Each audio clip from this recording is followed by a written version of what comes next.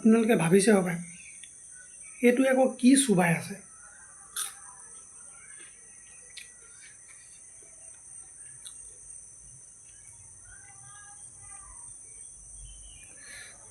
এইটো হৈছে কাচকল ফ্ৰাই।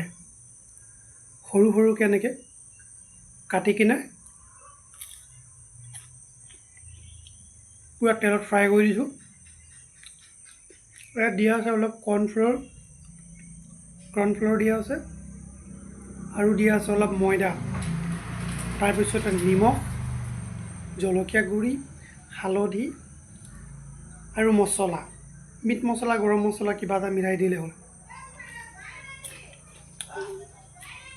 এনেধৰণে আপোনালোকে বনাই কিনে খাই চাব, বহুত ধুনীয়া লাগে খাবৰ কাৰণে, একদম সুন্দৰ।